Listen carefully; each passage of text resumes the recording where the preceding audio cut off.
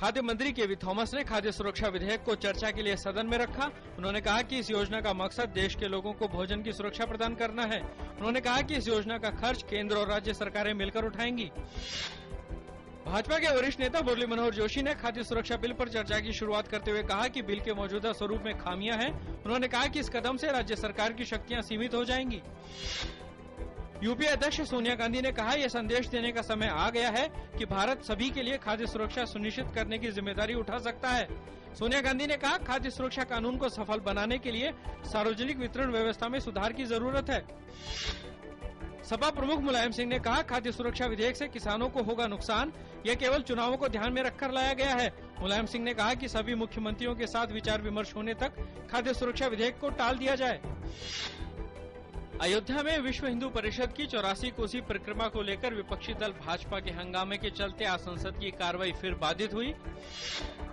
84 कोसी परिक्रमा यात्रा रोकने को समाजवादी पार्टी ने जायज ठहराया। यात्रा रोकने पर अपनी प्रतिक्रिया देते हुए मुलायम सिंह यादव ने कहा कि उनकी सरकार ने उच्चतम न्यायालय के आदेश का पालन किया है। बसपा प्रमुख मायावती ने सपा और भाजपा पर आम चुनावों से पहले सांप्रदायिक राजनीति करने का आरोप लगाया। उन्होंने कहा कि लोगों ने सांप्रदायिक राजनीति को नकार दिया है।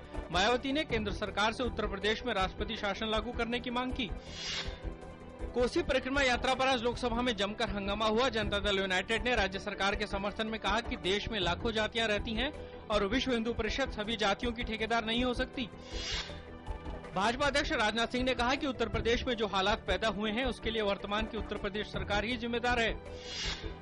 मुंबई रेप मामले पर केंद्रीय गृह मंत्री सुशील कुमार शिंदे ने लोकसभा में कहा कि इस मामले के सभी 5 आरोपियों की गिरफ्तारी हो गई है।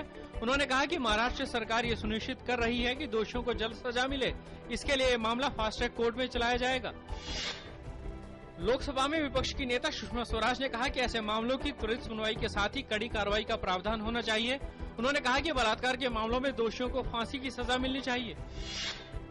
भारतीय टेनिस स्टार लिएंडर पेस ने कनाडा के डेनियल नेस्टर के साथ मिलकर विंस्टन सलेम ओपन की युगल ट्रॉफी अपने नाम कर ली। पेस का सत्र का यह पहला खिताब है।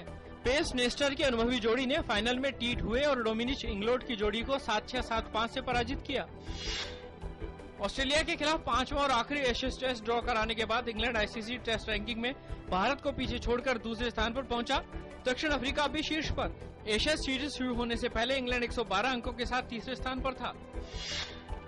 जैन समुदाय के लोगों का एक प्रतिनिधिमंडल आचार्य लोकेश मुनि के साथ सोमवार को प्रधानमंत्री से मिला। इस अवसर पर जैन दार्शनिक और विचारक वीरचंद गांधी की पुस्तक का विमोचन भी किया गया। आज मशहूर कलाकार ए के हेंगल की पुण्यतिथि है। भारतीय सिनेमा में चरित्र अभिनेता की भूमिका में अपनी महत्वपूर्ण उपस्थिति दर्ज कराने वाले ए के हेंगल ने अपने जीवन के शुरुआती दिनों में स्वाधीनता की लड़ाई में भी हिस्सा लिया था।